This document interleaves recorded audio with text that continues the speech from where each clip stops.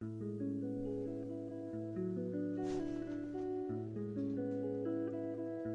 everybody, my name is Juice, and I just built my first hot swap keyboard.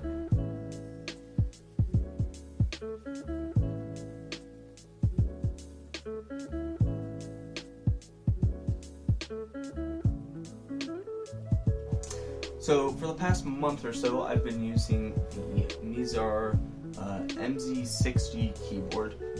It's a 60% keyboard with optical yellows that I lubed and I put keyboard foam in the bottom of.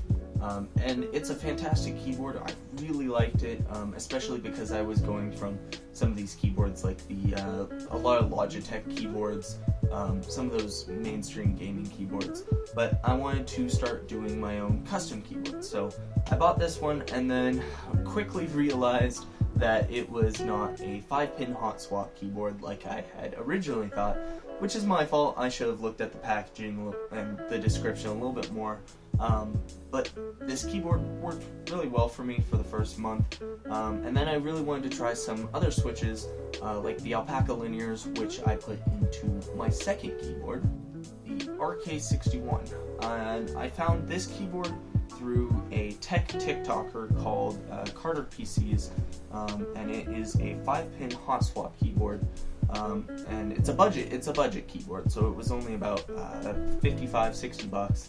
And so I picked it up because I wanted to try some of those different types of switches that I always hear about. And this keyboard is really great, honestly. For the budget, it's fantastic from what I was upgrading to. And I really liked it. So I took out the red switches that came with it and put in some Alpaca Linears that I got off of Prime Keyboards. And yeah. So now I'm going to show you a quick sound test between the two, and both the switches are lubed. The MZ60 keyboard that I'm using is lubed and it has keyboard foam in the bottom of it, whereas the RK61, the one with the HyperX pudding keycaps, does not have any foam. It's just lubed switches. And honestly, I prefer the RK61, the more silent sounding one, compared to the little bit louder clicky MZ60 Optical Yellows. So let's take a listen.